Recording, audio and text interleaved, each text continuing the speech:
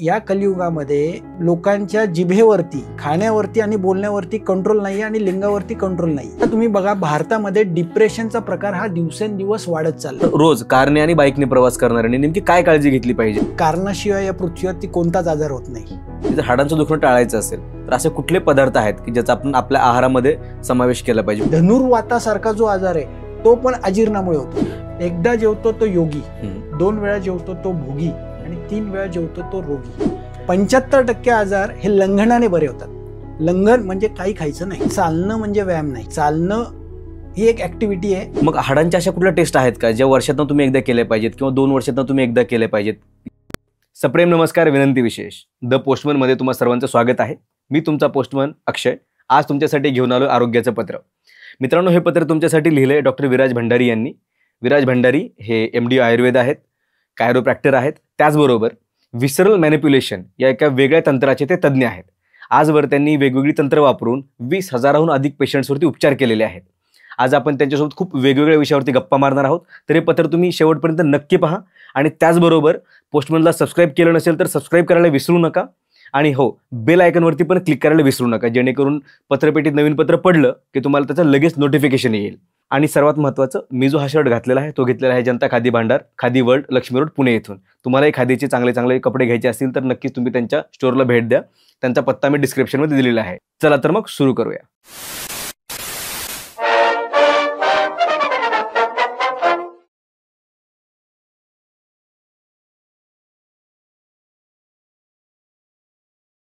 नमस्कार डॉक्टर. नमस्कार. माझा पहिलाच प्रश्न तुम्हाला असा आहे की पॉडकास्टला बसताना कसं बसलं पाहिजे, म्हणजे जेणेकरून पुढे दुखणं वगैरे उद्भवणार नाही? खूप चांगला प्रश्न विचारलाय. कारण सेल्फ अवेअरनेस आणि सेल्फ कॉन्शियसनेस हा खूप महत्वाचा आहे आपल्या आयुष्यामध्ये. की आपण आपल्या जीवनात आपलं वय काय, आपलं मन कशात गुंतलंय आणि आपण ज्या हालचाली करतोय त्या कशा करतोय याची जाणीव आपल्याला असणं हे आपल्या आयुष्यातलं सगळ्यात मोठं आजार न होण्याचं पहिलं कारण आहे. कुठलाही आजार. मग त्याबरोबर तुम्ही आता जे बसणार आहात ते बसताना आपली पाठ ही सरळ पाहिजे, खांदे मोकळे पाहिजेत, सगळे शरीर, स्नायू, सगळ्या प्रकारचे बोन्स हे सैल सोडलेले पाहिजेत. कुठेही ताथरटा नकोय, कडकपणा नकोय, ओढल्यासारखं नकोय. आणि जे करतोय किंवा जे तुम्ही क्वेश्चन विचारताय किंवा ज्यावेळेस माझ्याकडे बघता त्यावेळेस तुमचे सगळे स्नायू हे लूज आहेत का नाही याची जाणीव पाहिजे. उगाच फार ताठून बसलोय, फार एकदम कडक होऊन बसलेलो आहे, मान पुढे आली, असं काही नकोय. आणि एका जागेवरती कमीत कमी 45 मिनिटं बसा. 45 मिनिटांनंतर कंपल्सरी उठा, 2-3 मिनिटं वॉक करा, म्हणजे नक्कीच तुम्हाला कधीच त्रास होणार नाही. आता मी अजून 30चा व्हायचोय तरी पण मला बऱ्याचदा असे मानदुखी, पाठदुखी हे सारखंच जाणवतं अधूनमधून, किंवा सारखंच आहे असं म्हणू शकतो. तर मानदुखी किंवा पाठदुखी ह्याची कॉमन कारणं काय आहेत? एक लक्षात घ्या, मान अवघडणं कारणाशिवाय या पृथ्वीवरती कोणताच आजार होत नाही. कुठलीही घटना घडते किंवा कुठलाही आजार होतो त्याला कारण आहे. त्याला आम्ही आयुर्वेद भाषेमध्ये हेतू म्हणतो. तर पहिलं कारण आहे प्रज्ञापराध. प्रज्ञापराध म्हणजे काय? संस्कृत शब्द आहे प्रज्ञा अपराध. अपराध म्हणजे काय? प्रज्ञा अपराध म्हणजे काय? तर बऱ्याच वेळा आपण काही चुका करतो आणि त्या चुका आपल्याला नंतर कळतात की अरे ही चूक केली म्हणून मला हा त्रास झालाय. तर बऱ्याच वेळा मान अवघडण्याचं कारण जे आहे ते म्हणजे सतत एकटक बघत राहणं किंवा एकाच अवस्थेमध्ये मान सतत ठेवणं. बऱ्याच वेळा लोक काय करतात, PC-मध्ये, लॅपटॉपवरती काम करतात किंवा मोबाईल आपण बराच वापरत चाललोय, तर मोबाईलमध्येच एकटक बघत राहणं खूप वेळ, मोर दॅन 45 मिनिटापेक्षा जास्त वेळ, तर मान ही अवघडून जाते. त्याचबरोबर नेहमी डेस्क हा समोर पाहिजे, पुस्तक हे समोर पाहिजे. बऱ्याच वेळा काही लोक CA लोक किंवा वकील लोक माझ्याकडे येतात, क्लायंट समोर बसलेले असतात म्हणून त्यांचा PC उजव्या साईडला असतो आणि त्या उजव्या साईडला कंटिन्यू 1 तास 2 तास जर काम करत असाल तर त्यावेळेस बऱ्याच वेळा मान अवघडते. त्याचबरोबर आपण रात्री झोपताना पिलो चुकीचा वापरला किंवा 2 पिलोज वापरलेत, त्याच्यामुळेही बऱ्याच वेळा मान अवघडते. त्याचबरोबर आपण गाडीतला प्रवास करतोय, गाडीतला 2 व्हीलरवरचा प्रवास करतोय, प्रवास करत असताना दीर्घकाळ प्रवास केल्यामुळे, तसेच एखादी शिट्टी वाजली किंवा कोणीतरी मित्रांनी आवाज दिला म्हणून पटकन मान वळवतो आणि तो झटका काहीतरी बसतो, त्यामुळेही मान अवघडते. त्याचसोबत एक मोठं कारण आहे सकाळी उठल्यावर पाणी पिणं. 2 ग्लास 3 ग्लास 1 लिटर पाणी पिणारी महामंडळी आहेत बघा, त्यांच्यामध्ये सतत गॅस होतो आणि तो गॅस सगळा वरती येतो. आज आपण फुगा फुगवतो, फुगा फुगवल्यानंतर बघा फुग्याचं तोंड जर वरती ठेवलं तर वायू हा सगळा वरती जातो. त्याचबरोबर तो सगळा गॅस मानेमध्ये साठतो आणि त्याच्यामुळे मान अवघडते. त्याचबरोबर झटका बसणं, काहीतरी उचलणं, डोक्यावरती काहीतरी ठेवून रस्त्यावरती चालणं किंवा मोठ्या बॅग डोक्यावरती ठेवून रस्त्यावरती चालणं, हेही मान दुखायचं एक कारण आहे. आणखीन एक असा प्रश्न विचारायचा तुम्हाला की दरवर्षी म्हणजे वर्षातून एकदा प्रत्येकजण बॉडी चेकअप करून घ्या असा आग्रह करतो. मग त्याच्यामध्ये ब्लड टेस्ट असतील, युरिन टेस्ट असतील, अशा वेगवेगळ्या टेस्ट केल्या जातात. मग हाडांच्या अशा कुठल्या टेस्ट आहेत का ज्या वर्षातून तुम्ही एकदा केल्या पाहिजेत किंवा 2 वर्षातून तुम्ही एकदा केल्या पाहिजेत, जेणेकरून तुम्हाला पुढे चालून जर एखादा हाडांचा विकार उद्भवणार असेल तर तो तुम्हाला आधीच डिटेक्ट करता येईल, अशा काही टेस्ट आहेत? हो, अशा खूप चांगल्या टेस्ट आहेत. त्याच्यामध्ये पहिली टेस्ट आहे की जी आपण आरशासमोर उभं राहायचं आहे आणि आरशासमोर उभं राहून आपलं शरीर आपण स्वतः वरपासून डोक्यापासून पायापर्यंत बघायचं आहे. दोन्ही खांदे आपले एका लाईनीमध्ये आहेत का, मणक्याचा बाक कुठे आहे का, मणका स्ट्रेट आहे, पेल्विस सरळ आहेत का, गुडघे सरळ आहेत का. त्याचबरोबर चारी बाजूनी आपल्याला आपले फोटो काढून घ्यायचे आहेत आणि फोटो काढून आपण ते चेक करायचं आहे. दुसरी तपासणी जी आहे त्याच्यामध्ये हिमोग्लोबिन, रक्ताची तपासणी आहे. त्याच्यामध्ये हिमोग्लोबिन तुम्हाला तुमचं चेक करायचं आहे की हिमोग्लोबिन नेमकं किती आहे. त्याचबरोबर जर बारीक ताप येत असेल, कणकण जाणवत असेल, थकल्यासारखं जाणवत असेल, त्याबरोबर uric acid, CRP, Serum creatine protein CRP, त्याचबरोबर युरिक ॲसिडचा एक चेक केलं गेलं पाहिजे. त्याचबरोबर व्हिटॅमिन D आणि व्हिटॅमिन B12 हे जर आपण वर्षातनं एकदा चेक केलं आणि त्याचबरोबर ESR चेक केला तर आपल्याला नक्की कळतं आपल्या शरीरामध्ये इन्फ्लामेशन कुठे आहे का. बऱ्याच वेळा हाडांच्या दुखण्यांमध्ये काय होतं की माणूस अंगावरती काढतो आणि त्याचबरोबर एखादी पेन किलर खातो किंवा एखादा स्टिरॉइड ड्रग घेतो, मग 2-3 महिने त्याला त्रास होत नाही, परत त्रास चालू झाला की परत माणूस एखादं पेन किलर किंवा एखादा स्टिरॉइड ड्रग पोटात घेतो. कारण काय होतं, बऱ्याच वेळा आज काही दुखायला लागलं तर पहिलं सगळे लोक जातात ते मेडिकलमध्ये जातात, फार्मसीमध्ये जातात. फार्मसीमध्ये म्हणतात इंडियामध्ये की आज माझी मान दुखतीये किंवा माझी कंबर दुखतीये किंवा माझी ही हाडं दुखतात आहे. मेडिकलवाला त्यांना एखादी गोळी देऊन टाकतो. मग कधी कधी चांगला मेडिकलवाला हा तुम्हाला एखादं न्यूझलाइट देतात. काही लोक वायसोलिन सारखी पण गोळी वापरतात आणि त्या वायसोलिनमुळे बऱ्याच वेळा किडनीज फेल्युअरचे चान्सेस असतात. त्यामुळं विदाऊट प्रिस्क्राईब मेडिसिन कोणी घेऊ नका. कंपल्सरी तुम्ही व्यवस्थित चेक करा आणि रिऑकरन्स येतोय, सारखं दुखतंय तर डॉक्टरला चांगलं दाखवणं हे खूप गरजेचं आहे. आजकाल तरुणांमध्ये हाडदुखीचं किंवा सांधेदुखीचं प्रमाण खूप जास्त वाढतंय, मानेचं असेल, पाठीचं असेल. अशा कुठल्या चुका होत आहेत त्यांच्याकडनं ज्यामुळे ही दुखणी उद्भवत आहेत? एक लक्षात घ्या, हाड दुखणं किंवा सांधे दुखणं हे ह्याचा रिलेट म्हणजे नुसतं मान दुखीनी किंवा नुसती कंबर दुखी असं नाहीये. एक लक्षात घ्या, आयुर्वेद शास्त्रामध्ये खूप चांगल्या पद्धतीने 3 गोष्टी सांगितल्यात. एक पहिली गोष्ट सांगितली त्यांनी आहार, दुसरी गोष्ट सांगितली निद्रा आणि तिसरी गोष्ट सांगितली ब्रह्मचर्य. या 3 गोष्टी जर व्यवस्थित वेळेवर घेतल्या, एक लक्षात घ्या, वेळ झाली म्हणून त्या गोष्टी घ्यायच्या नाहीयेत. त्या गोष्टी वेळेवर घेणं. आहार वेळेवर घेतला, सकाळचा आहार वेळेवर घेतला, संध्याकाळचा आहार वेळेवर घेतला, झोप वेळेवर घेतली. आणि ब्रह्मचर्य म्हणजे काय तर मैथून करणं स्वपत्नी बरोबर. स्वतःच्या बायको बरोबर मैथून केलेलं आहे आणि ते फ्रिक्वेंटली बाबा 15 दिवसातनं एकदा केलेलं आहे, आठवड्यातनं एकदा केलंय, महिन्यातनं एकदा केलेलं आहे. दोघांची मन संतुष्ट असतील तर आजार निर्मिती होत नाही. पण नवऱ्याला इच्छा आहे, बायको मैथून करूनच देत नाहीये. त्याच्यामुळे मग काय होतं की अतियोग, अयोग आणि मिथ्यायोग. अतियोग म्हणजे काय, अति सेवन करणं, मग ते अन्नाचं सेवन असेल, झोपेचं सेवन असेल किंवा मैथुनाचं सेवन असेल. अयोग म्हणजे न करणे. न करणे म्हणजे काय, आहार न घेणे, झोप न घेणे, व्यवस्थित न घेणे किंवा कमी प्रमाणात घेणे आणि मैथून अजिबात न करणे. आणि मिथ्यायोग म्हणजे काय, मिथ्यायोग म्हणजे तुम्हाला मनाला वाटेल तसं करणे. मग त्याच्यामध्ये काय होतं, माणूस आहार म्हटला तर बघा, तुम्ही आज हॉटेलमध्ये गेली मंडळी, एक आपण 10-15 लोकांचा ग्रुप गेला तर बघा, मग एक जण ऑर्डर देतो, पिझ्झा देतो, एक जण बर्गर देतो, एक जण सँडविच देतो, एक जण मसाला डोसा देतो, एक जण पंजाबी मागवतो. मग आपण काय करतो, सगळ्यांची चव घेत आपल्याला समजत नाही की आपलं पोट किती भरलंय आणि ते पोट इतकं अजीर्ण होतं की त्याचं अजीर्ण जायला कमीत कमी कधी 2 ते 3 महिने लागतात. 2 ते 3 महिने लागतात. एक लक्षात घ्या, मी दिवस नाही म्हणत आहे. तर बऱ्याच वेळा ही अजीर्ण अमिबिकासारखे वेगवेगळे आजार निर्माण करतात. कधी ते अजीर्ण तुमच्या सांध्यांमध्ये जातं आणि सगळे सांधे, धनुर्वातासारखा जो आजार आहे तो पण अजीर्णामुळे होतो. आलसक, सतत झोपावंसं वाटणं, सतत, मग ते अजीर्ण इतकं होतं की पेशंटला सतत झोपावंसं वाटतं, लेथार्जिक फील होतो खूप जास्त, आणि त्याला कमीत कमी तो ताप कमीत कमी 10 दिवस, 15 दिवस, 20 दिवस तो राहतो. कधी 6-6 महिने मी बघितले की पेशंटला तो ताप आहे. माझ्याकडे एक लहान मुलगा आला होता, एक साधारण 17-18 वर्षाचा मुलगा होता. त्याला खायची खूप आवड होती आणि तो काय करायचा, पुण्यामध्ये जेवढे हॉटेल्स आहेत ते उघडले की त्या हॉटेलमध्ये जायचं आणि ते जेवण करायचं. आणि त्याचा मित्रपरिवार एवढा होता की त्या मित्रपरिवारामुळे त्याला प्रत्येक दिवशी त्याच्या पार्ट्या ठरलेल्या असायच्या. एक क्रिकेटचा ग्रुप वेगळा, टेनिसचा ग्रुप वेगळा, मोबाईल बघणारा ग्रुप वेगळा, पिक्चरचा ग्रुप वेगळा. तर त्याच्या एवढ्या ग्रुपमुळे तो रात्री कमीत कमी 2 वाजता 3 वाजता जेवण करणं. आणि त्याला एक दिवस असं झालं की तो ताप त्याचा काही हटेना. मग रक्ताच्या सगळ्या तपासण्या झाल्या, सगळे सिटी स्कॅन झाले, वेगवेगळे कोलोनोस्कोपी झाल्या, इंडोस्कोपी झाल्या. मग त्याची आईन तो माझ्याकडे आला की सर माझं असं असं झालंय. तर मी जेव्हा नाडी चेक केली तेव्हा बघितलं सूक्ष्मसाम जीर्णज्वराची नाडी होती. आणि जीर्णज्वर म्हटल्यानंतर मी त्याला सांगितलं तू घृतपान चालू कर. घृतपान हे आयुर्वेद शास्त्रातलं जीर्ण तापाचं एकदम सांगितलेलं सुंदर औषध. मग त्याला मी घृतपान चालू केलं आणि घृतपान चालू केल्यानंतर त्याला फक्त साईच्या लह्या खायला सांगितल्या, हिरव्या मुगाची खिचडी खायला सांगितली आणि त्याचा ताप हळूहळू तो कमी झाला की जो 1 वर्षभर त्याला ताप होता.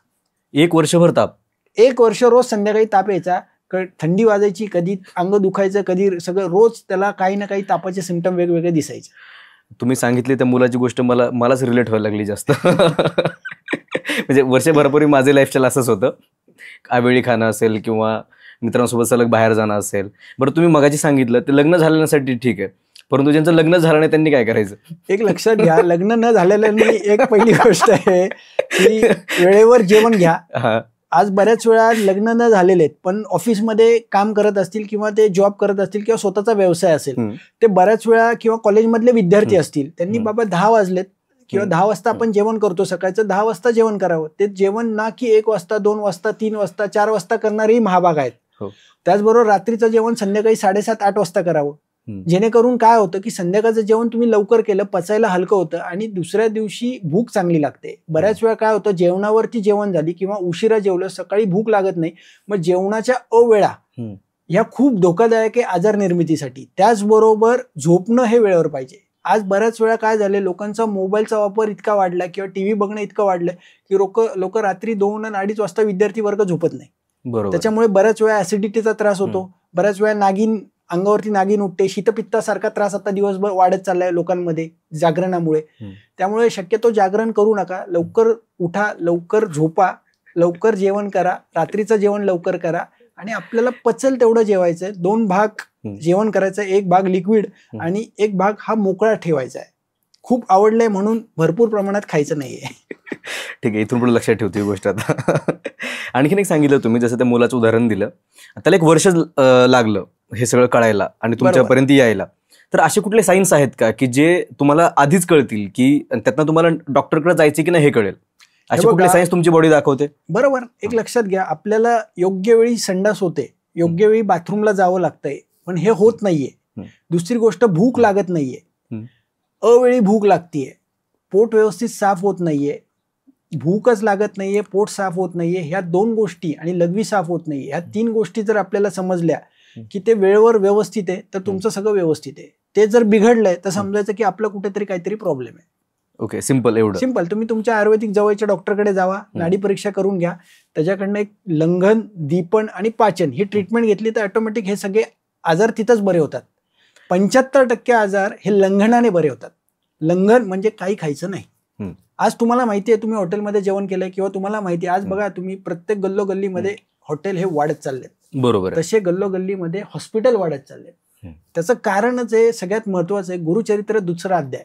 काय सांगितलं की ब्रह्मदेव खाली आले, कली समोरनं येत होता. कली काय घेऊन येत होता? हातामध्ये त्याच्या एक होती जीभ आणि दुसरं होतं लिंग.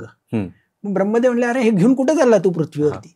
तो म्हणला, या कलियुगामध्ये लोकांच्या जिभेवरती, खाण्यावरती आणि बोलण्यावरती कंट्रोल नाहीये आणि लिंगावरती कंट्रोल नाहीये. त्याच्यामुळे एक लक्षात घ्या, तिथं जी गोष्ट त्यांनी सांगितली आणि ती गोष्ट आज बघायला मिळते पूर्ण. आज दिवसेंदिवस हॉटेल किती वाढत चालले. त्याच्यामुळं एक आहे की तुमच्या जेवण हे घरी बनवलं पाहिजे, मॅक्झिमम घरचा आहार घ्या, म्हणजे तुम्ही आजारी पडणार नाही. आजकाल प्रत्येक आजार जो आहे तो आपल्या मानसिक स्थितीशी जोडला जातो की आपल्या मेंटली तुम्ही कसे आहात, फिट आहात की नाही. तर त्याचा आणि आपल्या हाडांचा काही संबंध आहे का? मेंटल परिस्थितीचा, आपल्या स्टेटचा आणि हाडांचा तो काही संबंध आहे का? एक लक्षात घ्या, आयुर्वेद शास्त्रामध्ये कुठलाही आजार होतो तो शरीराने 50% होतो आणि मनाने 50% होतो. आज आपण प्रत्येक गोष्ट व्हिज्युअलाइज करतोय. एक लक्षात घ्या, मला दुखतंय, दुखणं हे व्हिज्युअलाइज करतोय ना आपण. किती टक्के दुखतंय हे सांगू नाही शकत कोणी, आणि ते मोजण्याचं मशीन पण आजपर्यंत कुठे नाहीये. आज मला सांगा, तुमचं डोकं 50% दुखतंय, मान 100% दुखतीये, कमरेचा भाग 80% दुखतोय असं आपण काही सांगू शकतो का नाही. कोणाला समाजामध्ये? नाही. तर हे नाही सांगू शकत आहे. एक लक्षात घ्या, मन हे खूप महत्वाचा फॅक्टर आहे आपल्या, की आपल्या मनामध्ये चलबिचल सतत चलबिचल अवस्था असते. बऱ्याच वेळा मन बघा काय म्हणतात की मना करारे प्रसन्न सर्व सिद्धीचे हे कारण. मन जर प्रसन्न नसेल तर बऱ्याच वेळा बरेच आजार निर्माण होतात आणि आपण प्रत्येक गोष्ट व्हिज्युअलाइज करतो. कारण एक लक्षात घ्या, सुख आणि दुःख. सुख म्हणजे काय, तुमच्या मनासारखं होतंय तेव्हा सुख, आणि तुमच्या मनासारखं होत नाही तेव्हा ते दुःख. मग बऱ्याच वेळा आपण काय करतो की आपण इतके विचार कधी व्हिज्युअलाइज करत राहतो की त्या कारण नसताना त्या गोष्टीचा विचार आपण महिनाभर करतो.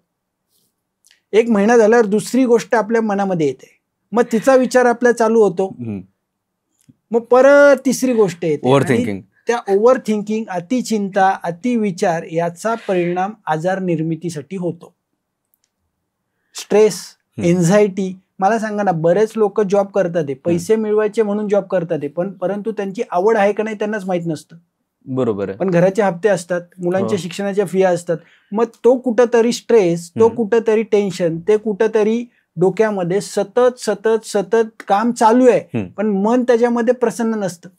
मग कुठेतरी मग बीपीचा त्रास होतो, कुठेतरी शुगर फ्लक्च्युएट होते, कुठेतरी मग लघवीलाच होत नाहीये, कधीतरी हार्ट अटॅक येतो. बरोबर. बघा तुम्ही, कर्ज घेतलेल्या बऱ्याच लोकांना आज हार्ट अटॅकचं प्रमाण हे वाढत चाललंय, बिकॉज ऑफ त्यांचे हप्ते कधी कधी जात नाही किंवा ते स्ट्रेसफुली अंडर स्ट्रेस सतत काम करत असतात. त्याच्यामुळे मन प्रसन्न पाहिजे आणि आपल्याला जे आवडतं त्या गोष्टी आपण आयुष्यात केल्या तर मन हे आपलं स्थिर राहणार आहे, ते आजार वाढवणार नाहीये. कारण एक लक्षात घ्या, आपले सगळे इमोशन्स, मेरे दिल को लगी हुई चोट मैं कभी भूल नहीं सकता. मला सांगा, मला लहानपणी कोण काहीतरी बोललंय आणि ते म्हणत राहतं. बरोबर. मग बघा तुम्ही, बऱ्याच वेळा आपल्या पुण्यामध्ये आपण बघतो, आपण एखाद्या मित्राच्या लग्नाला जातो आणि एखाद्या वेळेस एखादी भांडण तिथं चालू असतं, मग तिने त्या कार्यक्रमात माझ्या आयुष्य त्यापूर्वी तसं केलं होतं म्हणून तो जावई आलाच नाहीये. बरोबर. हो, ही उदाहरणं आपण रोज बघतो. येस. तर एक लक्षात घ्या, मन हे जे आहे की ते प्रत्येक गोष्ट साठवत राखतं आणि ते साठवलेली गोष्ट तुमच्या ऑर्गनमध्ये जाते. बऱ्याच वेळा काही फायनान्सर लोक आहेत किंवा ज्यांना सतत कॅल्क्युलेशन करावे लागतात, फायनान्स चालवावा लागतो, एखादा बिझनेस चालवणारा माणूस जो आहे, तसं बऱ्याच वेळा डिओडिनम नावाचा अवयव हा विकृत होतो किंवा डिओडिनमचे लिगामेंट टाईट होतात आणि त्याच्यामुळे त्याला बऱ्याच वेळा अजीर्ण, अपचन, गॅसेस सारखे त्रास होतात. त्याचबरोबर एखाद्याच्या घरात कोणीतरी एक्सपायर झालेलं आहे, खूप आवडीची व्यक्ती एक्सपायर झाली, त्याचबरोबर खूप आवडीचा व्यक्ती सोडून गेलेला आहे, बॉयफ्रेंड सोडून गेलाय, गर्लफ्रेंड सोडून गेली, मग ते कुठंतरी किडनी त्याची मिसअलाइन होते, कारण ते सगळे इमोशन किडनीमध्ये स्टोअर होतात. बापरे. सगळे इमोशन किडनीमध्ये स्टोअर होतात. मला सांगा, मन, तुम्ही विचार करताय, ती गोष्ट, ती गती, ती क्रिया कुठेतरी, एक लक्षात घ्या, एनर्जी कॅनॉट डिस्ट्रॉय. एनर्जी एका ह्याच्यातनं सोडली, ती डिस्ट्रॉय होत नाही, ती दुसऱ्या फॉर्म मध्ये कुठेतरी जाते. ते विचार कुठे जाणार आहेत? ते विचार तुमच्या आतमध्ये जाणार आहेत आणि ते आतमध्ये जाऊन तुम्ही काय, तुमचे विचार कुठले आहेत? 3 प्रकारचे विचार आहेत, सात्विक, राजसिक आणि तामसिक. सात्विक विचार ही सात्विक प्रवृत्ती उभा करते, कारण तुमचा आहार सात्विक असेल तर तुम्ही सात्विक वागताल. तुमचा आहार राजसिक आहे, तुमची प्रवृत्ती राजसिक असणार आहे. तुमचा आहार तामसिक आहे तर तुम्हाला सगळ्यांना मारावंसे वाटेल, सगळ्यांचं नुकसान करावंसं वाटेल, काहीतरी उदपदप करायशी वाटतील. तर एक लक्षात घ्या, हे सगळं काय आहे ते तुमच्या इमोशन आणि आहारातनं आलेलं आहे. त्यामुळे emotion is very very important. ते की लिजन कुठेतरी शरीरात निर्माण करतं आणि नक्कीच आपले विचार हे आपल्या पोटामध्ये वेगवेगळ्या ऑर्गनमध्ये साठत राहतात, स्टोअर होत राहतात. बघा, आपली मराठी म्हण आहे, शेजारच्यांनी गाडी घेतली आणि तुझ्या पोटात का दुखतंय? ते पोटात विचार गेलेले.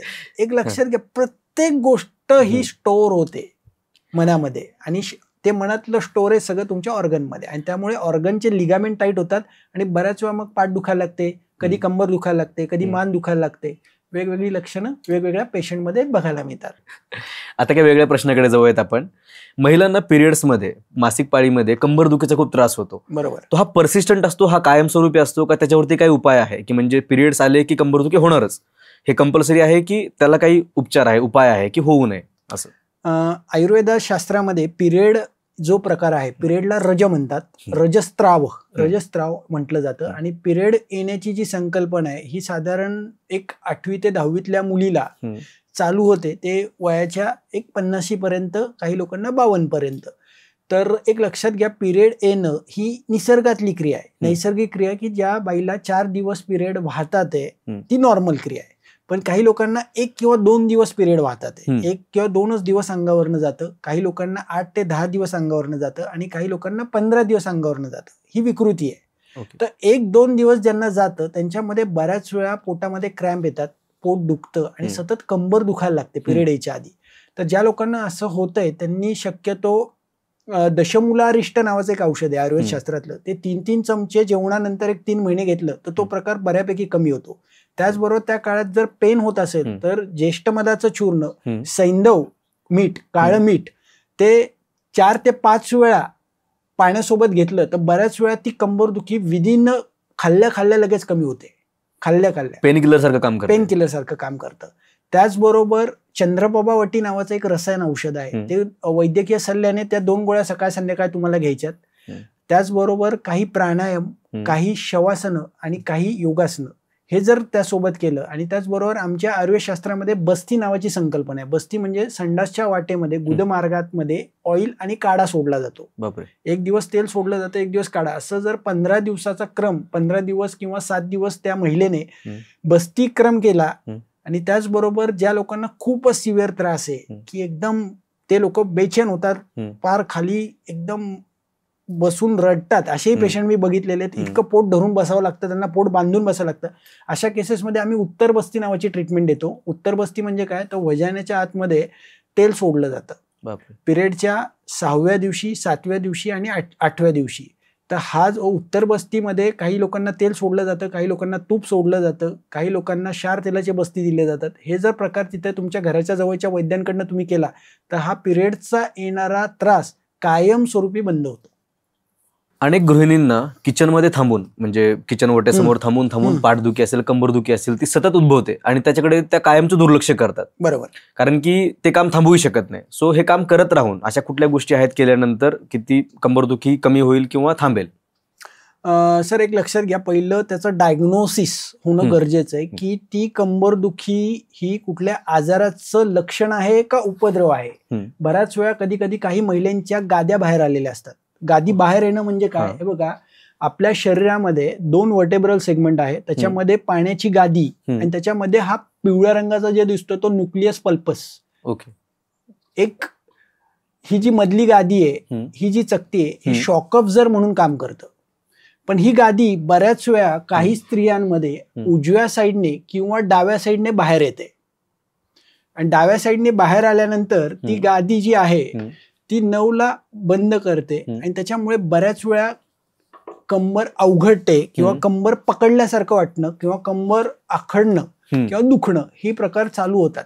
तर पहिली गोष्ट आहे की हा आजार काय आहे किंवा त्याचं निदान होणं खूप गरजेचं आहे. बऱ्याच वेळा काय होतं की बऱ्याच स्त्रियांमध्ये निदानच होत नाही की मूतखड्यामुळे कंबर दुखतीये, कॉन्स्टिपेशनमुळे कंबर दुखतीये, का गाद्या बाहेर आल्यामुळे कंबर दुखतीये, का मनका तिरका झाल्यामुळे कंबर दुखतीये, का बऱ्याच वेळा ऑर्गन मिसअलाइन झालेत, बऱ्याच वेळा लिव्हर मिसअलाइन झालाय, किडनी मिसअलाइन झाली आहे, डिओडिनम मिसअलाइन झालंय, स्प्लीन मिसअलाइन झाले, लिगामेंट तिथले, त्याच्यामुळे कंबर दुखतीये.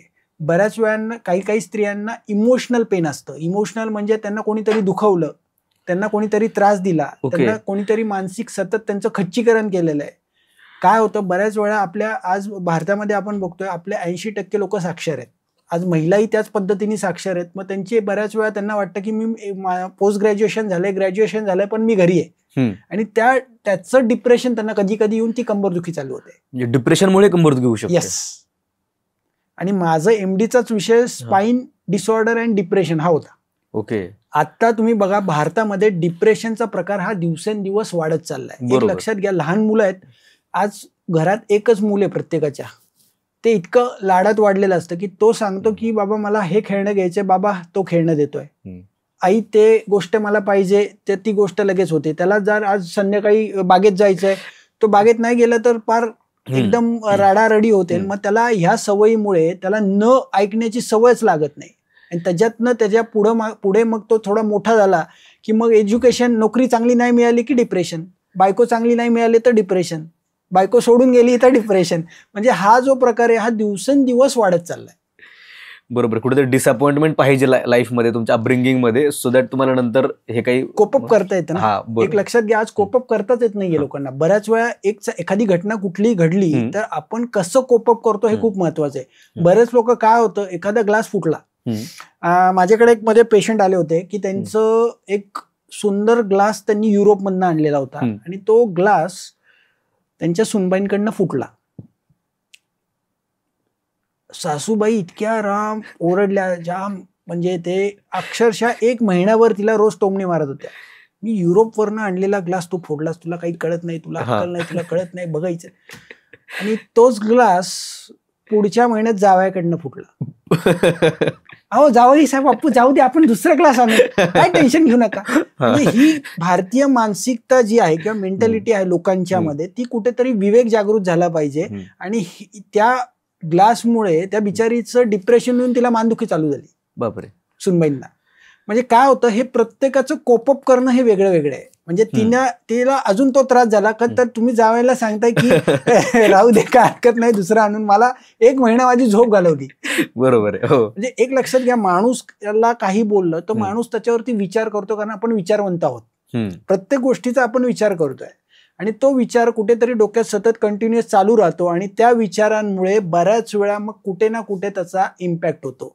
आणि जी पोकळी आपली, ज्या शरीरामध्ये जी पोकळी, जो भाग हा कमी त्याच्यामध्ये बल आहे, कमी ताकद आहे, तिथं जाऊन आजार निर्माण होतात. आणि ही वाताची पोकळी आहे, ती कुठेही जाते. कधी कुणाचा गुडघा दुखेल, मग त्याला काही झालं, सीझन बदलला की गुडघा दुखणार. काही लोकांना बघा, सर्दी तर सर्दी होते, काही लोकांना शिंका तर शिंका येतात, काही लोकांना अंगावरती शीतपित्त येतं, काही लोकांना केस गळायला लागतात, बरेच त्रास झाला. नंतर प्रत्येकाचं बलस्थान हे वेगळं वेगळं आहे. बरोबर. आणि आजार निर्मिती प्रत्येकाची एक ठरलेली आहे, त्या पॅटर्न मध्येच तुम्हाला बघायला मिळते. काही झालं की डोकं दुखणार, चहा नाही मिळाला की डोकं दुखणार, कोणी ऐकलं नाही तर डोकं दुखणार. प्रत्येकाचा तो एक पॅटर्न आहे ठरलेला. बरोबर आहे. आता तुम्ही मुतखड्यामुळे होणारी कंबरदुखीचा उल्लेख केला, तर त्याच्यावरती काय उपाय? मुतखड्यावरती होणारे कंबरदुखीवर पहिलं सोनोग्राफी केली पाहिजे की नक्की मुतखडा कुठे आहे, राईट किडनीमध्ये आहे, लेफ्ट किडनीमध्ये आहे, युरेटरमध्ये आहे, आणि तो मुतखडा किती स्क्वेअर मीटर आहे, किती सेंटीमीटर आहे हे चेक केलं पाहिजे. त्याचबरोबर ते दुखणं हे कमरेपासून पुढे दुखत येतंय का पुढनं मागं दुखत जात आहे, त्याचबरोबर सकाळी उठल्यावर दुखतंय का, लघवीतनं रक्त वगैरे काही जातं का, हे सगळं बघितलं पाहिजे. त्याच्यानुसार काही आयुर्वेदातली खूप चांगली चांगली औषधं, जसं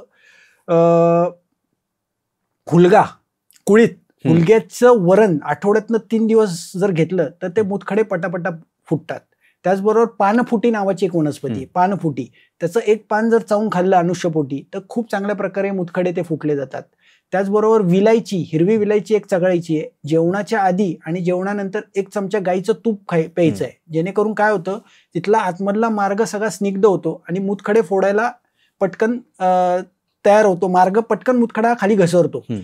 त्याचबरोबर कुरडू बीज नावाचं औषध आहे, कुरडू बीज. कुरडू म्हणजे कोंबड्याचं झाड येतं बघा, केसरी रंग, व्हाईट रंग, त्या कोंबड्याच्या बिया ज्या आहेत त्याचं जर खीर करून सकाळी पिली किंवा त्याचा काढा करून पिला तर फटाफटा मुतखडे हे फुटतात.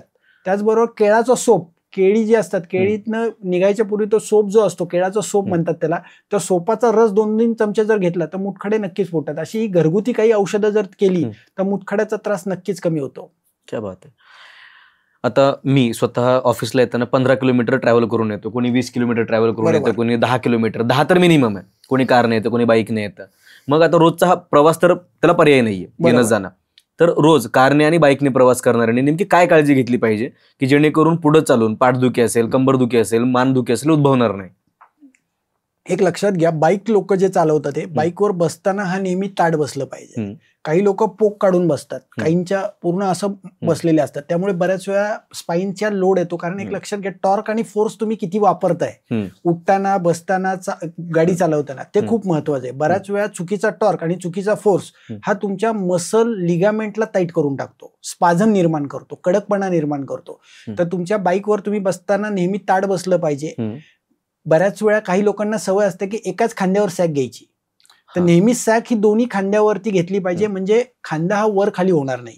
आणि त्याच्यामुळे मणक्यावरती लोड जास्त येणार नाही. त्याचबरोबर गाडीचा प्रवास करताना 1 तास तुम्ही गाडी चालवताय, 1 तासानंतर गाडी बाजूला घ्या, 2 मिनिटं रस्त्यावरती चाला आणि त्यानंतर परत गाडीवर बसा. त्याचबरोबर कारचा प्रवास करताय, रेल्वेचा प्रवास करताय, विमानाचा प्रवास करताय, 1 तासानंतर गाडी साईडला घेतली पाहिजे, चाललं पाहिजे 2 ते 3 मिनिटं 5 मिनिटं मधल्या पॅसेजमध्ये, किंवा 4 व्हीलर तुम्ही बाजूला घ्या, 2-3 मिनिटं चाला आणि मग प्रवास करा. तर त्यांनी नक्कीच तुम्हाला फायदा होणार आहे. कमरेचा त्रास होणार नाही, मानदुखी होणार नाही. त्याचबरोबर तुम्ही झटके माराल अशी कुठली ऍक्शन करायची नाही गाडी चालवताना. बऱ्याच वेळा आपण 4 व्हीलर वापरतो, 4 व्हीलरचं सीट जे आहे तुम्ही तुमच्यानुसार ऍडजस्ट करा. बऱ्याच वेळा ड्रायव्हरने ऍडजस्ट केलं असतं, फार पुढे असतो बसायचा भाग आणि स्टेअरिंग हे वर खाली असतं. आजकाल त्या प्रकारची अरेंजमेंट येते, तर प्रत्येकाने आपल्यानुसार ऍडजस्ट करायचंय. इझी वाटतंय, सगळे स्नायू इझी वाटतात, तशा प्रकारे गाडी चालवायची. Okay, best. म्हणजे नक्कीच त्रास हा होणार नाही. बरोबर आहे.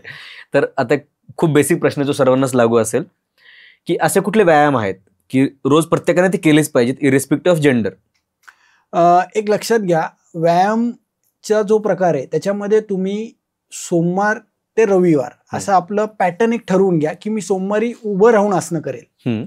ती उभं राहून आसनं करत असताना, कुठली आसनं करत असताना पृथ्वीच्या जवळ जाणारी जी आसनं आहे तिथे तुम्हाला श्वास सोडायचा आहे. पृथ्वीच्या वरती येऊन जी आसनं करताय तिथे तुम्हाला श्वास घ्यायचा आहे. आसनं करत असताना सोमवारी उभं राहून आसनं करा, मंगळवारी समजा तुम्ही पुढे वाकून काही आसनं करा. त्यात कमीत कमी 5 ते 8 आसनांचा एक तुमचा सेट असला पाहिजे. तुम्हाला जेवढं जमतंय तेवढं करायचंय. समजा तुम्ही सोमवार आहे, सोमवारमध्ये तुम्ही त्रिकोणासन, पार्श्वकोणासन, ताडासन, ही सगळी आसनं माझ्या युट्यूब चॅनलला, डॉक्टर भंडारी स्पाईन क्लिनिकचा युट्यूब चॅनल आहे. मंडे योगा प्रोग्राम पासून फ्रायडे योगा प्रोग्राम पर्यंत सगळी आसनं मी दिलेली आहेत. ती आसन पद्धतीने, त्या पद्धतीने जर आसनं केली तर नक्कीच फायदा होणार आहे. ज्यांना आसनं करणं शक्य नसेल त्यांनी रस्त्यावरती रोज एक 20 मिनिटं चालणं, त्याचबरोबर सूर्यनमस्कार सारखा व्यायाम करणं, छोटे छोटे स्ट्रेचिंग करणं आणि कंपल्सरी प्राणायाम करणं आणि त्याचबरोबर शवासन करणं हे खूप गरजेचं आहे. एक लक्षात घ्या, शवासन म्हणजे काय, तर एक बोस्टर घ्यायचा आहे. बोस्टर म्हणजे पिलो, लोड. त्या लोडवरती तुम्हाला तो भिंतीला लावायचा आहे. 2 लोड ठेवायचे आणि त्याच्यावरती तुम्हाला कंबळ ठेवायची, दोन्ही पाय भिंतीवरती. त्याला विपरीत करणी नावाचं आसन म्हणतात. आज तुम्ही गुगलला टाकलं तरी ते दिसणार आहे, विपरीत करणी. तर विपरीत करणीमध्ये 7 ते 8 मिनिटं जर रोज संध्याकाळी आल्यानंतर ऑफिसमधनं, तुम्ही फार वेळ उभा आहात, फार वेळ एखाद्या सेमिनारला गेलात, तर हे आसन केल्यानंतर दिवसभराचा थकवा हा सगळा निघून जातो. त्याचबरोबर बोस्टरवरती बसणे आणि बोस्टरवरती ते शवासन करणं किंवा खुर्चीवरती नुसते पाय ठेवून झोपणं 8 ते 10 मिनिटं आणि त्यामध्ये योग निद्रा घेणं. योग निद्रा म्हणजे काय, तर तुम्हाला काय करायचंय, दीर्घ श्वास घ्यायचा आहे. श्वास पायांच्या बोटांकडे सोडायचा, श्वास तुम्हाला घोट्यांकडे सोडायचा, श्वास तुम्हाला गुडघ्यांकडे सोडायचा, श्वास तुम्हाला कमरेकडे सोडायचा आहे, श्वास तुम्हाला छातीच्या मागच्या पूर्ण बाजूला सोडायचा आहे, श्वास मानेकडे सोडायचा आहे, श्वास डोक्याकडे. प्रत्येक भाग हा शिथिल करत जायचंय. जिथे दुखतंय, जिथे अवघडल्यासारखं वाटतं तिथे श्वास सोडत सोडत जायचंय, जेणेकरून सगळे स्नायू रिजनरेट होतात, रिअलाइन होतात आणि तिथली ताकद वाढते. तिथली ताकद वाढते. कारण एक लक्षात घ्या, शवासनाने पण मॅक्झिमम चांगले फायदे होतात. एकदम मन प्रसन्न होतं आणि मन प्रसन्न झाल्यावर बघा काय होतं. आता तुम्ही चालण्यावरनं सांगितलं, परंतु खूप लोक फक्त चालण्याचाच व्यायाम करतात. माझ्या माहितीत काही लोक आहेत की जे फक्त रोज उठून समजा एक तास चाललो किंवा 2 तास चाललो असं चालणं. पण चालणं खरंच व्यायाम आहे किंवा त्याने खरंच काही फरक पडतो? किंवा ज्या लोकांना काही सायटिकाचा त्रास आहे किंवा यांनी चाललं पाहिजे का? किंवा माझ्यासारख्या तरुणांनी, ज्यांचं आता साधारणपणे 28-29 असं वय आहे, अशा मुलांनी चाललं पाहिजे का? एक लक्षात घ्या, चालणं म्हणजे व्यायाम नाही. पहिली गोष्ट, चालणं ही एक ऍक्टिव्हिटी आहे आणि ती शाखागत आहे. शाखागत म्हणजे फक्त पायाने आपण चालतो. तिथे कुठल्याही अवयवांना, तुमच्या आतड्यांना, तुमच्या पोटाला, तुमच्या लिव्हरला, तुमच्या किडनीला पीळ पडत नाही. तर शाखागत आणि अभ्यंतर्गत असे 2 व्यायामाचे प्रकार आयुर्वेदशास्त्राने सांगितले. शाखागत म्हणजे फक्त हाताचे व्यायाम किंवा पायाने चालण्याचा व्यायाम. चालणं कधी करावं, तर चालणं एक लक्षात घ्या, कमीत कमी अर्धा तास रोज सगळ्यांनी चाललं पाहिजे. पण चालण्याबरोबर 10 मिनिटं चाला, 10 मिनिटं फास्ट रनिंग करा, परत 10 मिनिटं सावकाश चाला. त्याचबरोबर काही लोकांना उलट चालायला आम्ही सांगतो. ज्यांचे शरीर स्ट्रक्चर हे पुढे गेलेले आहेत त्यांना अँटी ग्रॅव्हिटी फोर्स डेव्हलप करण्यासाठी आम्ही उलट्या चालायला लावतो. कमीत कमी 20 ते 30 मिनिटं उलट चाला. असेही काही प्रकार, तुम्ही भागवतांचं पुस्तक वाचलं, दिशा काल गती, त्याच्यामध्ये खूप सुंदर वर्णन त्यांनी दिलेलं आहे की असं उलट चालल्यामुळे काय फायदा होतो. त्याचबरोबर ज्यांना चालायचंय त्यांनी रस्त्यावरती स्ट्रेट चालायचंय. बरेच वेळा काय होतं, लोक चढावरती चढतात किंवा तसा प्रकार करू नका, नाही तर मग बऱ्याच वेळा छातीवरती प्रेशर येतं. त्याचबरोबर प्रकृती महत्वाची आहे. वातच प्रकृतीच्या माणसांनी कमी चालावं. जे लुकड्या आहेत, जे सडपातळ आहेत, त्यांनी कमी प्रमाणात चालावं. पित्त प्रकृतीच्या माणसांनी मध्यम चालावं आणि कफ प्रकृतीच्या माणसांनी जास्त चालावं, कारण त्याचा मेद हा घर्षण होणार आहे. वातच प्रकृतीचा माणूस खूप चालला तर त्याचं पुढे जाऊन पोट दुखायला लागतं. मग कळतच नाही की अरे हे पोट दुखणं कशामुळे आहे. बऱ्याच वेळा आतमधले इंटेस्टाईनच्या आतमध्ये बारीक बारीक बॅक्टेरिया असतात, ते इंटेस्टाईनला खाऊन टाकतात बिकॉज ऑफ हेवी वॉक. आणि मी हे पेशंट बघितलंच होता. एक लक्षात घ्या, तुमचं अति चालण्यामुळे तिथले एन्झाईम सिक्रिशन, मेटाबॉलिक ऍक्टिव्हिटी सगळ्या बदलून टाकतात आणि चांगले बॅक्टेरियाला खाऊन टाकले जातं. आणि त्यामुळे अति चालणं हे पण कधी कधी धोकादायक आहे. तेच जेवल्यानंतर लगेच चालू नये. भोजन पश्चात चक्रमणः वात प्रकवा भवंती. भोजन केल्या केल्या जेवल्या जेवल्या तुम्ही जर लगेच चालला अर्धा तास 1 तास, तर बऱ्याच वेळा लोकांची पोटं दुखायला लागतात. उलट हे लोक सांगतात की अरे जेवलं थोडंसं जेवण खाली जाईल, चालू नये थोडंसं. एक लक्षात घ्या, 5 मिनिटं चालणं योग्य आहे. तुम्ही अर्धा तास आणि 1 तास 2 तास चालणार असाल जेवल्या जेवल्या, तर नक्कीच वात हा शरीरातला वाढणार आहे. आता झोपेबद्दल आपलं बरंच बोलणं झालेलं आहे 2-3 याच्यामध्ये, परंतु झोपण्याची सगळ्यात योग्य पद्धत कुठली आहे? कारण की मी जेव्हा झोपतो त्यावेळेस थोडासा पालतं झोपल्याशिवाय मला झोप नाही लागत. आणि लोक म्हणते सरळ झोपलं पाहिजे, मग तशी झोपच लागत नाही. मग झोपणार कसं? एक लक्षात घ्या, पहिली झोपण्याची वेळ ही योग्य पाहिजे. तुमची एक वेळ तुम्ही ठरवून घ्या की रात्री मी 10ला झोपेल तर 10ला झोपेल आणि सकाळी 5:30ला उठेल तर 5:30ला उठेल. एखाद दिवस ठीक आहे, तुमचा मित्र आलाय किंवा तुमचा एखादा कार्यक्रम आहे, त्या दिवशी तुम्ही पथ्य नाही केलं तरी चालेल.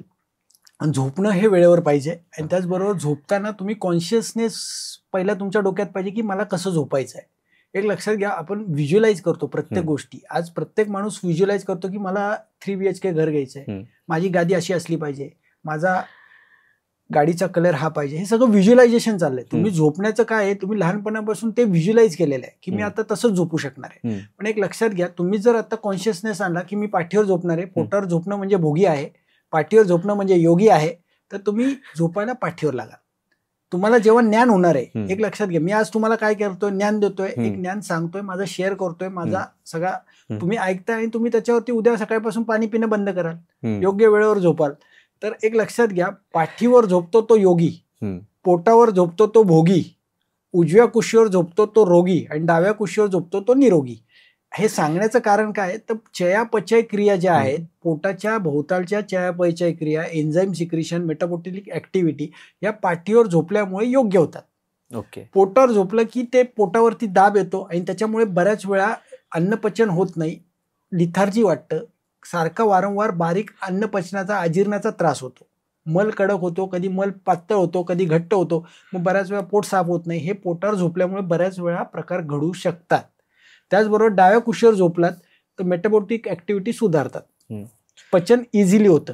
आता तुम्ही गादीचा विषय काढला तर बरेच डॉक्टर म्हणतात की हार्ड सरफेसवरती झोपा तुम्ही किंवा फरशीवरती झोपा, आणि बरेच लोक म्हणतात की तुम्ही मीडियम सॉफ्टवरती झोपा. तर नेमकी योग्य गादी कुठली? एक लक्षात घ्या, साधारण एक 4 इंचाची गादी पाहिजे. बऱ्याच वेळा काही लोकांना वाटतं की मी खाली जमिनीवर झोपतोय, तुम्ही जमिनीवर झोपा, काही प्रॉब्लेम नाही. तुम्हाला चांगली झोप येणं हे महत्वाचं आहे. त्याचबरोबर घोंगडी किंवा चटई या 2 ते 3 चटया पाहिजेत की जेणेकरून शरीराला वात वाढणार नाही. शरीरातला वात वाढला तर तुमची दुखणी वाढणार आहे. वायू वाढण्याचं कारण आहे की थंडावा खूप लागला, थंड गुण जो आहे तो शैत्यता म्हणजे थंडी वाढली आणि ती सगळी सांध्यांना लागली तर बऱ्याच वेळा सगळे सांधे दुखायला लागतात. म्हणून झोपताना आपली गादी ही साधारण 2 ते 4 इंचाची पाहिजे. गादी शक्यतो hard firm 2 inch, memory firm 2 inch. त्याचबरोबर ज्या लोकांच्या घरात कापसाच्या गाद्या आहेत त्यांनी कापसाची गादी कमीत कमी साधारण एक 6 महिन्यांनी किंवा वर्षांनी चेक करा की ती कापसाची गादी खड्डा पडलाय का. बऱ्याच वेळा झोपून झोपून मधला भाग हा खाली दबला जातो, वरती गादी मोठी असते डोक्याच्या खाली पायाखाली, आणि बऱ्याच वेळा त्याच्यामुळे कंबर दुखते. बरोबर, कारण हे खूप महत्वाचं आहे. तुमची गादी चेक करा की योग्य 2 इंच तर 2 इंच हिटणं ते शेवटपर्यंत आहे का नाही. त्याचबरोबर दक्षिणेला डोकं करून झोपा. दक्षिणेला डोकं करून झोपले तर आजार कमी होतात, असं एक वास्तुशास्त्र सांगतं. आता तुम्ही मगाशी उल्लेख केला तसं की डिप्रेशन आणि हाडांची दुखणं असेल, मणक्यांची विकार असतील, ह्याचा नेमका संबंध काय? एक लक्षात घ्या, विषाद म्हणजे काय, तर आपण सतत चिंता करणं, सतत एक एक गोष्टीचा विचार करून विषय त्या डोक्यात ठेवणं. बऱ्याच वेळा काम, क्रोध, शोक, भय, ईर्ष्या, द्वेष, मत्सर हे भाव त्या डोक्यामध्ये सतत असतात. कुणाला कामाचे तर तो कामाचेच डोक्यात भाव कमीत कमी महिना 2 महिने ठेवतो. कोणी क्रोधाचे भाव ठेवतो, अरे तो मला असं बोलला ना, आता बघ त्याची कशी मारतो. एक लक्षात घ्या, तो भाव सतत डोक्यामध्ये राहून राहून राहून राहून त्याचं काहीतरी बरं वाईट करायचं हीच मनामध्ये भावना असल्यामुळे, शरीराने, मनाने, वचनाने, कायाने ही भावना असल्यामुळे बऱ्याच वेळा काय होतं की त्या माणसामध्ये, त्या व्यक्तीमध्ये तो तशा प्रकारची कंपनं ब्रह्मांडामध्ये फेकून देतो बाहेर. ती ब्रह्मांड परत त्याला रिप्लिकेट वेगळ्या पद्धतीने त्याच्याकडे येतात. बघा तुम्ही आज अल्गोरिदम काय करतो, इंस्टाग्राम मध्ये तुम्ही काय बघताय, एखाद्याला चेक करायचं असेल तर त्याचा मोबाईल काढा, तो सात्विक प्रवृत्तीचा आहे का राजसिक त्याचा फक्त तुम्ही सर्च ऑप्शन उघडा, समोर दिसेल काय करतो तो. तर एक लक्षात घ्या, हा भाव जो आहे की तो काय बघतोय आणि त्याच्या मनात काय चालू आहे हे ओळखण्याचा सगळ्यात सोपा मार्ग, सध्याच्या युगातलं एक सोपं टेक्निक, सोपं टेस्ट. तर काय होतं की मनामध्ये काय चाललंय, मनामध्ये भाव काय आहे. मग आत्महत्या करणारा माणूस आत्महत्याबद्दलच विचार करतो, आत्महत्याचीच पुस्तकं वाचतो, तशाच सिरियल बघतो. एखादा चोर तसंच बघणार आहे, तसंच वागणार आहे. सात्विक माणूस तो बाबा देवधर्माचं वाचेल, देवधर्माकडे बघेल, एखादी धार्मिक विधीकडे बघेल. राजसिक माणूस तसा वागेल, तामसिक माणूस तसा वागेल. तर एक लक्षात घ्या, त्याचे भाव जे आहेत हे सगळे ठरलेले आहेत आणि त्या भावाचा परिणाम कुठे ना कुठे डिप्रेशनकडे, कुठे ना कुठे व्याधी निर्मितीकडे, कुठे ना कुठे कॅन्सरकडे होतोच. मग तो भले मणक्याचा कॅन्सर असेल किंवा इतर प्रकारचे कॅन्सर असतील. तर हे सगळं होण्याचं कारण आहे मन आणि विचार. तर माझ्याकडे एक मध्ये केस आली होती, एक लेडीज होत्या, 40-42 वयातल्या लेडीज होत्या आणि त्यांना सतत मान दुखायचा खूप त्रास होत होता आणि घरात कोणी पाहुणे आले किंवा इतर कोणी त्यांच्यावरती कामाची जबाबदारी पडली की लोक खूप जेवायला येणार आहेत किंवा काही, की लगेच त्यांचे खांदे आखडून जायचे, ओझं वाटल्यासारखं त्यांना व्हायचं, लगेच खांदे लॉक व्हायचे. त्याचबरोबर त्यांचे खूप मोठा परिवार होता आणि त्यांच्या परिवारामध्ये ते कुठे नाही गेल्यात, त्यांना एक फिलिंग यायचं की मी अरे या कार्यक्रमाला जाऊ नाही शकले, कारण त्यांना एक 20-25 प्रोग्राम दर महिन्याला जायची त्यांची सवय होती. खूप मोठी फॅमिली होती. मग ह्या फॅमिलीत तिकडे नाही गेले, मग त्याचा परिणाम मनावरती. मग अरे तीच साडी मी त्या प्रोग्रामला पण घातली, तीच साडी मी ह्याच प्रोग्रामला, मग त्याचा मनावरती परिणाम. आणि त्यांना मग तसं वाटायला लागलं की अरे तो मन सतत विचार करून कुठं ना कुठं त्यांना तो त्रास व्हायला लागला आणि त्याचा परिणाम त्यांच्या स्नायू दुखण्यांकडे चालू झाला. मग सगळे अंग दुखणं, सगळी मान दुखणं, सतत असे वेगवेगळे पेशंट वेगवेगळ्या पद्धतीने येतात. एक पेशंट होती, ती साधारण कपड्याच्या दुकानात कामाला होती आणि कपड्याच्या दुकानात कामाला असताना दिवाळीचा सीझन होता. त्या सीझनमध्ये तिने एक कपड्याचे जे मोठे मोठे पार्सल्स येतात बाहेरनं, ट्रॅव्हल्समधनं, ते पार्सल ती जागेवरती लावत असताना ती पडली ते पार्सल घेऊन आणि तिच्या मणक्यातनं गादी बाहेर आली आणि ती चकती बाहेर येऊन साधारण तिचा पायाला मुंग्या यायला चालू झाल्या, डाव्या पायाला. कंबर पूर्ण उजव्या साईडला शिफ्ट झाली आणि डाव्या पायानं नस सगळी चोकअप झाली. तर बऱ्याच वेळा तिने मग एक 5-6 फिजिओथेरपिस्ट केले पहिले. त्यानंतर आयुर्वेदिक डॉक्टरांकडे गेली, ॲलोपॅथी डॉक्टरांकडे. एक ऑपरेशन झालं. ऑपरेशन केल्यानंतर तिचं पहिलं ऑपरेशन सोलापूरमध्ये झालं. त्यानंतर ते काही बरं झालं नाही, तरी तो त्रास तसाच होता. मग त्यानंतर ती पुण्यामध्ये आली. पुण्यामध्ये शिवाजीनगरला एक ऑपरेशन तिने केलं आणि ते ऑपरेशन करूनही तिचा कंबरेला पूर्ण तिरकेपणा होता. कंबर पूर्ण तिरकी, मणका सगळा उजव्या साईडला शिफ्ट झालेला होता. तिला धड चालता येत नव्हतं, काही नाही. त्यानंतर मग ती माझ्याकडे आली. मी आल्यानंतर सगळं चेक केलं. चेक केल्यानंतर तिच्या डोक्यावरती हात ठेवला आणि चेक केल्यानंतर समजलं की फॉल्ट इन द लिव्हर. तर ती जेव्हा पडली घसरून, तेव्हा लिव्हरचे तिथले सगळे लिगामेंट टाईट झाले होते आणि हा प्रायमरी फॉल्ट होता. जोपर्यंत प्रायमरी फॉल्टला ट्रीटमेंट तुम्ही देत नाही तोपर्यंत किती ऑपरेशन केले. आज डॉक्टर लोक काय करतात, एक गादी जी बाहेर आली आहे, हे बघा, 2 मणक्यातलं गादी बाहेर आलेलं कट करतात, त्याला लॅमिनेक्टॉमी किंवा डिसेक्टॉमी म्हटलं जातं. पण 2 मणक्यातलं अंतर ते वाढू नाही शकत आहे. तो जो बाक आलाय तो सरळ नाही करू शकत आहे. आज आम्ही मॅन्युअल थेरपीची जी लोक आहेत ते काय करतात, 2 मणक्यातलं अंतर वाढवतात आणि गादी परत आत जायला जागा तयार करून देतात. तर आम्ही तिला साधारण एक 8 ते 9 महिने ट्रीटमेंट, पण पहिल्या महिन्यात तिचा बाक जवळजवळ 70% कमी झाला. काय होतं की मसल रिअलाइन करणं, व्हिसरल ऑर्गन रिअलाइन करणं आणि मेंदूचं फ्लुइड रिअलाइन करणं. जरी आपण एखादा विषय डोक्यात असेल किंवा शरीरात असेल किंवा मनात असेल, आज काय होतं बघा, मनुष्य आतमध्ये काहीतरी विचार करतो, पण ओठावरती दुसरंच येतं.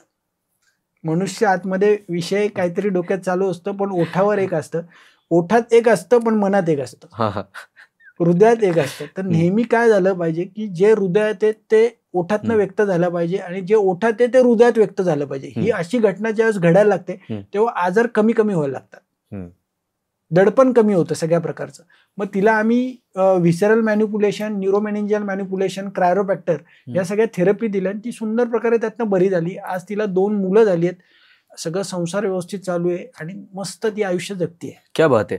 आता तुम्ही टेस्ट म्हणजे तिला आठवायचं कारण काय, ती कालच गिरनार चढून आली आणि तिचा मला फोन आला की सर मी गिरनार एका दमात चढले. क्या बात आहे, वा, इंटरेस्टिंग. आता तुम्ही व्हिसरल मॅनिप्युलेशनचा उल्लेख केला.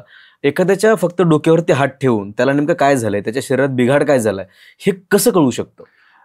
एक लक्षात घ्या, डोक्यावरती हात ठेवल्यानंतर क्रेनिओसॅक्रल रिदम समजतो की नक्की पेशंटचं की लिजन कुठे आहे. क्रेनिओसॅक्रल फ्लुइड, आपल्या डोक्यामध्ये क्रेनिओसॅक्रल फ्लुइड आहे, ते फ्लुइडला डायरेक्शन्स आहेत.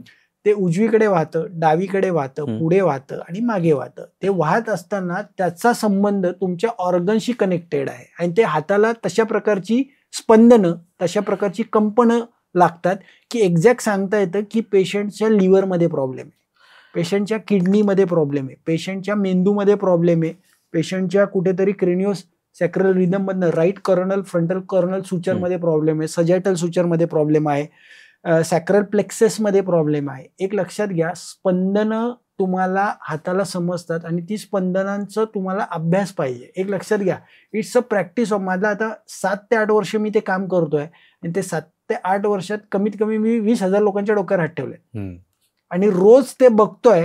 त्याच्यामुळे ती स्पंदनं आम्ही ओळखायला शिकलोय आणि ती स्पंदनं हातात मध्ये, आणि हे सगळं प्रूव्हन आहे, मी सांगतो म्हणून नाही.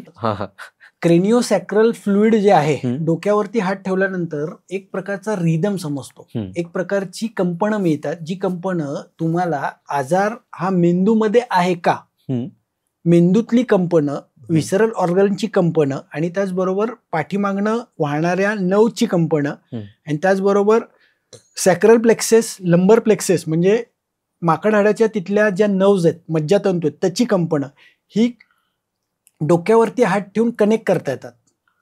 आणि ती कंपनं नुसतं एक लक्षात घ्या, फक्त डोक्यावर नाही, ती कंपनं परत आम्ही रिचेक करतो. रिचेक करण्यासाठी त्याचं टेक्निक आहे आणि हे सगळं व्हिसरल मॅनिप्युलेशन नावाचं अपलेगर युनिव्हर्सिटी आहे सिंगापूरमध्ये, त्याचबरोबर तिचं अमेरिकेतही ती युनिव्हर्सिटी आहे. त्याचे वेगवेगळे कोर्सेस भारताच्या बाहेर होतात.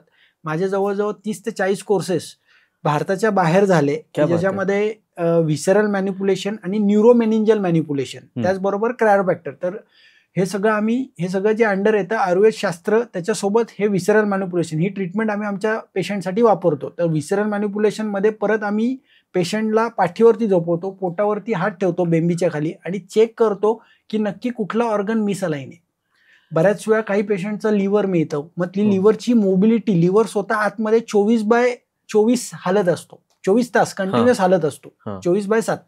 म्हणजे असं नाहीये की आपला लिव्हर आज हल्लाय आणि उद्या बंद झालाय. एक लक्षात घ्या, आतमधला प्रत्येक अवयव हा कंटिन्यू मूव्ह होतोय.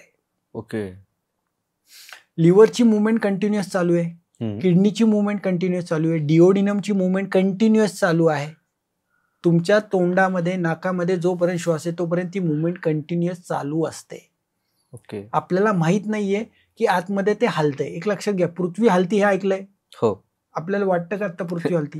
तसं आतमधले ऑर्गन हे कंटिन्युअस हलतात आणि हे पेशंटवरती आम्ही जेव्हा पोटावरती हात ठेवतो तेव्हा पेशंटला दाखवतो की हा ऑर्गन हलतोय, हा ऑर्गन फ्रोज झालाय म्हणजे हलत नाहीये. बऱ्याच वेळा त्याचे कुठले लिगामेंट हलत नाही हेही पोटावरती हात ठेवून सांगता येतं. आणि त्याचा आणि कुठल्या ऑर्गनचा दुसऱ्याशी काही संबंध आहे हेही सगळं सांगता येतं. हे बघा, हे नॉलेज आहे, हे स्किल आहे आणि हे 100% प्रूव्हन नॉलेज आहे. याच्यावरती बरेच रिसर्च पेपर पब्लिश आहेत. ज्यांना ह्याचं अजून काही बघायचं आहे तर पबमेड वरती अपलेगर युनिव्हर्सिटी आहे, त्यांनी बरेच रिसर्च पेपर या संदर्भातले पब्लिश केलेत आणि मी स्वतः गेली आज 8 ते 10 वर्ष झालं ही ट्रीटमेंट वापरतोय. आज मला स्पाईनमध्ये 19 वर्ष कंप्लीट झाले. तर ह्या डिफरंट मॉडॅलिटीज इंटिग्रेटेड पद्धतीने आम्ही आमच्या दवाखान्यात वापरतो आणि खूप चांगल्या पद्धतीचे रिझल्ट, ज्यांच्या गाद्या बाहेर आल्यात, नसा चोकअप झाल्यात, मान पाठ दुखते, कंबर दुखते, 2 मिनिटंही चालता येत नाही, अशा लोकांमध्ये खूप चांगले रिझल्ट इंटिग्रेटेड थेरपीने मिळतात. सर, क्या बात आहे. इंटरेस्टिंग आहे खूपच विसरल मॅनिप्युलेशन. येस. आता तुम्ही गादीचं सांगितलं आम्हाला की गादी बाहेर येणं वगैरे, बऱ्याच त्याच्यासाठी ऑपरेशन सुचवलं जातं, परंतु विदाऊट ऑपरेशन ही गादी रिस्टोर करणं असेल किंवा हे कसं शक्य आहे, किंवा व्यायामाने शक्य आहे का कुठल्या ट्रीटमेंटने फिजिओथेरपीने शक्य आहे? एक लक्षात घ्या, गादी परत आत जाते, अंतरही वाटतं, हे सगळं शक्य आहे. का शक्य आहे त्याचं कारण सांगतो की मी एव्हिडन्स बेस्ड प्रॅक्टिस करतो. एव्हिडन्स बेस्ड म्हणजे माझ्याकडे सगळ्याचे पुरावे आहेत की गादी किती लोकांची आत घेत जाते किंवा मणके कसे सरळ होतात, याच्यावरती खूप गेली 19 वर्ष मी कंटिन्युअस काम करतोय. म्हणजे असं एकही दिवस माझा नाहीये की मी त्याच्यामध्ये मणका सोडून मी कुठलं दुसरंच बघितलेत किंवा दुसरे पेशंट. तर एक लक्षात घ्या, 19 वर्ष कंटिन्यू माझी ही तपश्चर्या आहे की मणक्याचे आजार किंवा गादी बाहेर येणं, नसा दबल्या जाणं हे पूर्ण 100% बरं होतं. ते मॅन्युअल थेरपीने शक्य आहे. मॅन्युअल थेरपीने शक्य आहे. विना ऑपरेशन हे बरं केलं जातं, विना इंजेक्शन हे बरं केलं जातं आणि खूप चांगले रिझल्ट्स या पॅथीमध्ये येतात, या इंटिग्रेशन थेरपीने येतात. यामध्ये सर काय केलं जातं, एक लक्षात घ्या, बऱ्याच पेशंटचा, प्रत्येक पेशंटचा रूट कॉज हा वेगळा आहे. इच अँड एव्हरी पेशंटचा रूट कॉज वेगळा आहे. बऱ्याच वेळा एखाद्याची गादी बाहेर येते, पण त्याचं कारण कधी कधी फेशिया मिसअलाइनमेंट. फेशिया म्हणजे काय, तर आपल्या बोनच्या आणि मसलच्या मध्ये, बोनच्या वरती, मसलच्या वरती, बोनच्या आणि मसलच्या मध्यभागी फेशिया आहे. फेशिया म्हणजे एक रबरासारखं स्ट्रक्चर आहे ज्याच्यामुळे आपण मूव्ह होतोय. मला सांगा, आपले नुसते बोन असते तर आपण उभं राहू शकलो असतो का? नाही. आज आपण उभे जो आहोत ग्रॅव्हिटीमध्ये, त्याचं कारण आहे फेशिया. फेशियानी बोनला पण धरलंय, मसलला पण धरलंय, कार्टिलेज, लिगामेंट, सॉफ्ट टिश्यूलाही धरलंय. तो फेशिया मिसअलाइन होतो, कुठेतरी स्ट्रक्चर मिसअलाइन होतं. बऱ्याच वेळा बघा, कंबर पुढे गेलीये, कमरेचा भाग तिरका झालाय, खांदे पुढे मागे गेलेत, तर हे स्ट्रक्चर सगळं रिअलाइन करण्याची ट्रीटमेंट म्हणजे फेशियल मॅनिप्युलेशन, स्ट्रक्चरल इंटिग्रेशन. त्याचबरोबर पुढची ट्रीटमेंट जी आहे, ज्यांच्यामध्ये त्या गाद्या बाहेर आल्यात, तो फेशिया आम्ही रिअलाइन करतो. तो फेशिया रिअलाइन केल्यामुळे मणक्यावरचं येणारं प्रेशर, गाद्यांवरती येणारं प्रेशर, नसा चोकअप होणारं प्रेशर हे कमी होतं because of facial manipulation. Second treatment is chiropractor. Chiropractor म्हणजे काय, बोन सेटिंग. त्याच्यामध्ये बऱ्याच वेळा आम्ही मणके ओढून बसवतो. जो मणका पुढे गेलाय, जो मणका उजवीकडे गेलाय त्याला डावीकडे आणता येतं, जो डावीकडे गेलाय त्याला उजवीकडे आणता येतं, जो मणका पुढे गेलाय त्याला मागे ओढून आणता येतं. त्याला म्हणतात क्रायोप्रॅक्टर, बोन सेटिंग. मराठी भाषेमध्ये म्हणतात हाड वैद्य. पूर्वीच्याला आपल्या बऱ्याच भारतामध्ये वेगवेगळ्या हाड वैद्यांच्या परंपरा होत्या. हाड वैद्य मणके ओढून बसवणं, हातोडीनी मणके बसवणं, लाटणाने मणके बसवणं, ह्या वेगवेगळ्या बऱ्याच पद्धती भारतामध्ये होऊन गेल्या आणि महाराष्ट्रात आजही जिवंत आहेत. त्याला अनुसरूनच मला प्रश्न विचारायचा होता तुम्हाला, तुम्ही तो विषय काढला. आजही आपण जर गावखेड्यामध्ये पाहिलं तर मालिशवाला असतो किंवा कोणीतरी हाडवैद्य असतो की जो की तुमचे पायाचे 2 अंगठे मोजून पाहतो, काय गॅप आहे, नंतर ते मोडून वगैरे देतात, चोळून वगैरे देतात, पण त्यांच्याकडे कुठलं नॉलेज नसतं, म्हणजे कुठली डिग्री नसते कुठल्याही याची कोर्सची. मग अशा हाडवैद्यांकडे जाऊन बोन अलाइनमेंट करणं योग्य आहे का? किंवा त्याही पलीकडे जाऊन, म्हणजे समजा आपण एखाद्या सलूनमध्ये जातो, दाढी कटिंग केल्यानंतर तो स्वतःच आपले एकदम मान वगैरे मोडून देतो, तर ते करून घेणं योग्य आहे का? मला तर भीती वाटते, मी नाही करून घेत. एक लक्षात घ्या, जे हाड वैद्य आहेत की जे परंपरेने आलेले आहेत त्यांच्याकडे नॉलेज आहे, परंतु एक लक्षात घ्या की अर्धवैद्याची मात्रा म्हणजे वैकुंठाची यात्रा. अर्धवैद्याची मात्रा म्हणजे वैकुंठाची यात्रा. काय होतं की अर्धवट नॉलेज ज्याला आहे, जसं न्हावी म्हटलं तर त्याला अर्धवट नॉलेज, तो बऱ्याच वेळा कधी कधी, म्हणजे आत्ताच मागच्याच आठवड्यात उत्तर प्रदेशचा एक व्हिडिओ व्हायरल आहे युट्यूबला आणि इन्स्टालाही तो व्हायरल झालाय. माणूस मान मोडली, जागेवरती एक्सपायर झालाय, जागेवरती एक्सपायर झाला. तर एक लक्षात घ्या, बरेच हाड वैद्य जे आहेत की जे प्रामाणिकपणे त्यांच्याकडे नॉलेज आहे, स्किल आहे आणि ज्यांच्याकडे खरंच रिझल्ट आहेत, तर ते चांगले आहेत. हे बघा, नाण्याच्या दोन्ही बाजू आहेत. चांगले पण लोक भारतामध्ये आहेत तशा प्रकारचे आणि टाइमपास करणारे पण लोक बरीच आहेत. म्हणजे दोन्ही लोक आहेत. काही शिकाऊ आहेत, जसं त्यांची मुलं किंवा त्यांची पुढची येणारी पिढी हे शिकायचा प्रयत्न करते, पण त्याचं नॉलेज हे अर्धवट राहतं. कारण एक लक्षात घ्या, जो वडिलांकडे प्रॉपर गुरु परंपरेत शिकलेला आहे आणि ज्यांनी काही केलंय, पण आजकाल हे बघा, आता एक्सरे अवेलेबल आहेत, MRI अवेलेबल आहेत. त्याचबरोबर हे नर्वोस्कोप नावाचं मशीन मी आणलेलं आहे. हे अमेरिकेतनं आम्ही मशीन मागवलंय. मानेच्या पहिल्या मणक्यापासून ते माकड हाडापर्यंत हे मशीन लावतो आम्ही या पद्धतीने आणि चेक करतो की नक्की नव कुठली डॅमेज आहे, कुठली नव इन्फ्लाम आहे आणि किती दिवसापासून आहे.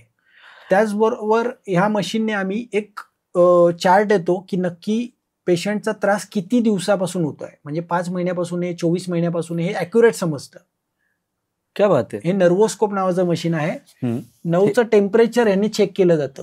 हे वर्क कसं होतं? हे वर्क पेशंटच्या मानेच्या पहिल्या मणक्यापासून माकड हाडापर्यंत लावलं जातं आणि चेक केलं जातं की 9ला आता टेम्परेचर किती आहे. 0 आहे, 10 आहे, 15 आहे, 25 आहे.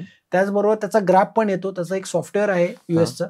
त्या ग्राफमध्ये आपल्याला समजतं की पेशंटला नक्की त्रास किती एपिसोड येऊन गेले, अॅक्यूट किती क्रोनिक एपिसोड येऊन गेले, या सगळ्या गोष्टी त्या सॉफ्टवेअरमध्ये समजतात.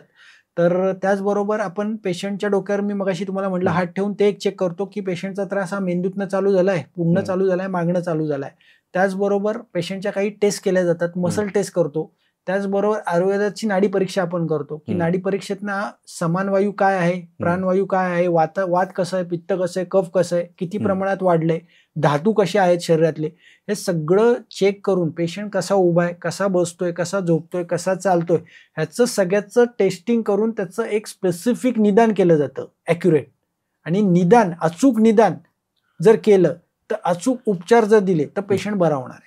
पण जिथे डायग्नोसिस चुकलेलं आहे किंवा एखादा हाडवैद्य फक्त सांगतो हे वरती आहे, पण कधी कधी प्रॉब्लेम लिव्हरमध्ये प्रायमरी फॉल्ट असेल त्या पेशंटचा, तो किती मणके बसवा ते सरळ नाही होणार. एक लक्षात घ्या, प्रायमरी फॉल्ट, सेकंडरी फॉल्ट आणि त्याचबरोबर हा आजार आहे का उपद्रव आहे का एका आजाराचं लक्षण आहे का 3 ते 4 आजार एकत्र आहेत. बऱ्याच वेळा मी बघतो पेशंटचे पाय सुजलेले असतात आणि पेशंट माझ्याकडे येतो आणि त्यांना सांगितलं जातं ऑर्थोपेडिक डॉक्टरनी की तुझ्या कमरेमुळे पाय सुजले. तसं नाहीये. एक लक्षात घ्या, त्याची बीपीची गोळी चालू होती, ती बंद केली, पाय सुजायचा प्रकार बंद झाला. बिकॉज कॅल्शियम ब्लॉकरमुळे बऱ्याच वेळा त्याचे पाय सुजत होते. एखाद्या चुकीचं ड्रग तुमचं दीर्घकाळ चालू आहे, एखादी डायबिटीजचं औषध चालू आहे, पण त्याचबरोबर त्याच्यामुळे कधी कधी पेशंटची कंबर दुखायला लागते बिकॉज ऑफ त्या औषध त्याला सूट होत नाही.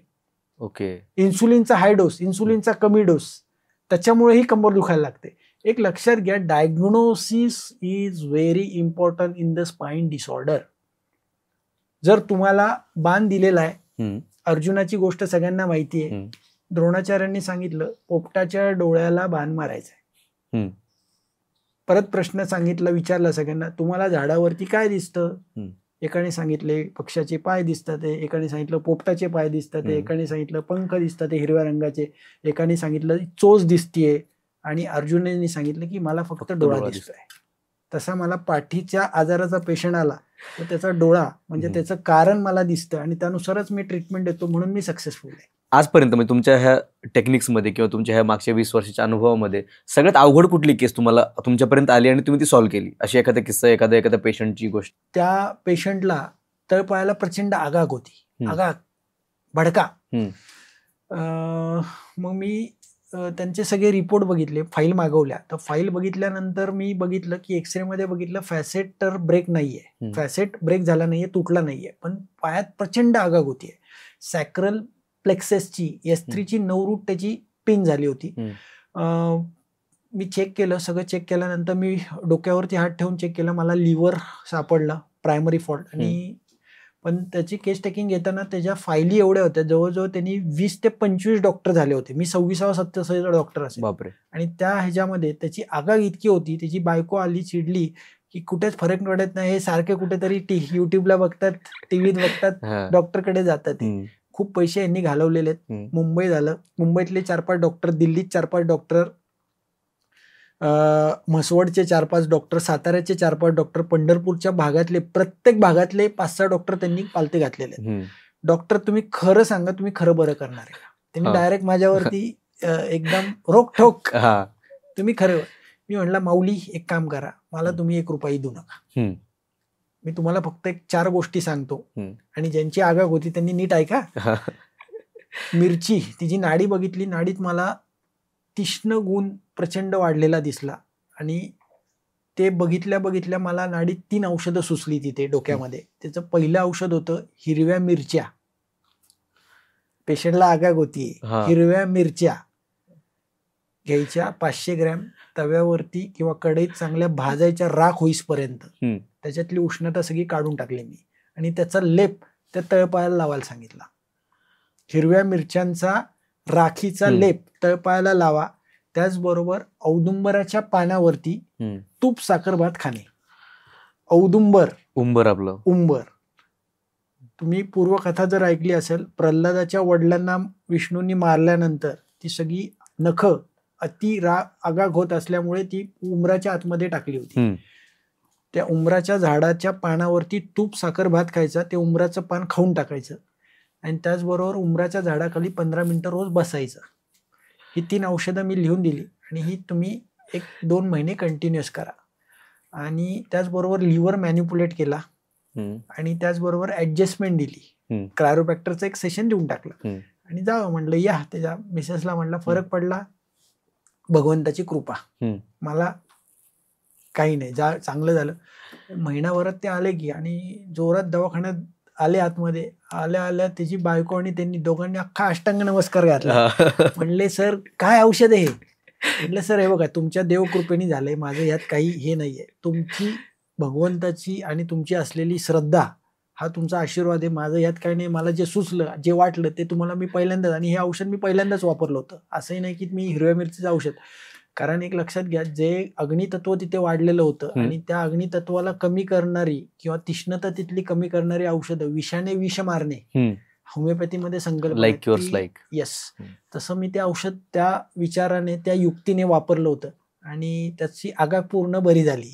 आता खूप महत्वाचा प्रश्न आहे की जर हाडांचं दुखणं टाळायचं असेल तर असे कुठले पदार्थ आहेत की ज्याचा आपण आपल्या आहारामध्ये समावेश केला पाहिजे? कुठली फळं आहेत किंवा कुठल्या भाज्या आहेत अशा स्पेसिफिक, ते सांगा आम्हाला. षडरसात्मक आहार ठेवा. षडरसात्मक म्हणजे काय? मधुर, आम्ल, लवण, कटू, तिक्त, कषाय, 6 रस पोटात गेले पाहिजेत. खारीक सकाळ संध्याकाळ 2 कंपल्सरी खाल्ल्या पाहिजेत. हळीवाची खीर आठवड्यातले 2 दिवस, डिंकाचे लाडू आठवड्यातले 2 दिवस. सगळ्या प्रकारचे पदार्थ तुम्हाला खायचे, सगळ्या प्रकारचे पदार्थ तुम्हाला खायचे, पण खात असताना 2 भाग सॉलिड भाग, 1 भाग लिक्विड आणि 1 भाग हा तुम्ही मोकळा ठेवा, अन्न पचन होण्यासाठी. असं नका करू की खूप आवडलंय म्हणून भरभरून खाल्लं आणि रात्री उलट्या केल्या. होतं असं बऱ्याच वेळा, बरेच पेशंट बघतो मी, अजीर्ण होतं, मग ते अजीर्ण कधी 8-8, 10-10 दिवस घेतं ते बरं होण्यासाठी. तर कंपल्सरी न्यूट्रिशनल पदार्थ जे आहेत डाएटमध्ये तुमच्या पाहिजेत. एकदा जेवतो तो योगी, 2 वेळा जेवतो तो भोगी आणि 3 वेळा जेवतो तो रोगी. एका बैठकीमध्ये तुम्हाला मांडी घालून खाली जेवण बसायचं आहे. एक लक्षात घ्या, टेबलावर बसणं हे आपलं कल्चर नाही इंडियाचं. तुम्ही मांडी घालून पाठ घेऊन जेवण करा. जेवण करत असताना मोबाईल नकोय, टीव्ही नकोय. तुमचं ताट जे आहे त्यामध्ये गोड पदार्थ जेवणाच्या सुरुवातीला खायचे आहेत. त्याच्यामध्ये तुम्ही आंब्याची बर्फी घ्या, कोहळ्याची बर्फी घ्या, डिंकाची बर्फी घ्या किंवा कुठल्याही प्रकारचा गोड पदार्थ, गुलाबजाम असो, जिलेबी असो, कुठलाही गोड 2 पदार्थ तुमच्या जेवणात पाहिजे. त्याच्याबरोबर 2 ते 3 फळं जेवणाच्या सुरुवातीला पाहिजेत. त्याचबरोबर चपाती, पालेभाज्या आठवड्यातले 1 दिवस खायच्यात, फळभाज्या आठवड्यातले 7 दिवस खायच्यात. फळभाज्या कोबी, वांग, बटाटा. त्याचबरोबर कडधान्य आठवड्यातले 1-2 दिवस घ्या. त्याचबरोबर संध्याकाळचा आहार हा हलका घ्या. संध्याकाळी तुम्ही शक्यतो वरईचा भात, हिरव्या मुगाची खिचडी खावा, जे पचायला हलकं आहे. तुम्हाला वाटतं की तुम्हाला भूक चांगली आहे, जास्त जेवण करा. तुम्हाला वाटतं भूक कमी आहे, जेवण कमी करा. ह्याचा जो विवेक आहे तो तुम्ही तुमचा साधायचा आहे. कॉन्शियसनेस तुमचा जर असेल, तुम्हाला तुमचं कळतं की मला आज भूक किती आहे, त्या पद्धतीने जेवण केलं, त्या पद्धतीने आहार घेतला आणि वेगवेगळे पदार्थ सगळे. आज खूप पदार्थ आहे आपल्या भारतामध्ये. सांगा ना, आपल्या भारतासारखी संस्कृती कुठे आहे? खरं, तुम्हाला खायचं एका दिवशी मसाला डोसा खावा, ज्या दिवशी तुम्हाला वाटतं. इंडियातले पदार्थ आपल्या, हे बघा, आणि सगळ्यात महत्वाचं शास्त्रांनी काय सांगितलंय, तुमच्या भागात जे पिकतं उगवतं त्या गोष्टी तुम्हाला भरपूर प्रमाणात खायच्यात. जे फॉरेन मधनं येतंय किंवा परराज्यातलं येतंय, समजा साऊथ मधनं काही पदार्थ येतात, ते काही आपल्या, म्हणजे महाराष्ट्रात आपण राहतो, पुण्यामध्ये राहतो, तर पुण्याच्या परिसरातले आपल्याला पदार्थ खायचे. जो माणूस जो पॉडकास्ट आता चंद्रपूरमध्ये ऐकतो, तुम्ही चंद्रपूरमध्ये जे उगवतं ते खावा. जो नागपूरमध्ये आहे, नागपूरमध्ये जे उगवतं ते पदार्थ खावा. ते पचायला हलकेत आणि ते तुमच्यासाठी औषध आहे. डॉक्टर, असं आहे की लहानपणापासून आम्ही ऐकत आलो की दूध पिल्याने हाडं मजबूत होतात. बरोबर, असं लहानपणापासून ऐकत आलेलो आहे. परंतु आजकाल जे दूध मिळतं शहरांमध्ये वगैरे, ते पॅकेज्ड दूध मिळतं, पाकिटातलं दूध मिळतं, पिशवीतलं दूध मिळतं. तर मग ते दूध पिलं पाहिजे का, किंवा ते दूध पिल्याने खरंच हाडं मजबूत होतात का? एक लक्षात घ्या, प्रत्येकाच्या जीनमध्ये सगळ्या गोष्टी ठरलेल्या आहेत. जो शाकाहारी माणूस आहे तो शाकाहारी त्याचे लास्ट यंगस्टर किंवा लास्ट जीन्स मधनं त्याचे आजोबा पणजोबा त्याचे पणजोबा ह्या जीन मध्ये आलेला आहे. तसा दूध हा पदार्थ ज्यांच्या खाण्यामध्ये कंटिन्युअस आहे त्यांनी दूध नक्कीच घ्यावं. पण ज्यांच्या खाण्यामध्ये दूध पदार्थ नाहीच आहे, की एक माझ्या 4-5 पिढ्यांनी दूध पिलेलंच नाहीये, त्यांच्यासाठी ते घातक आहे.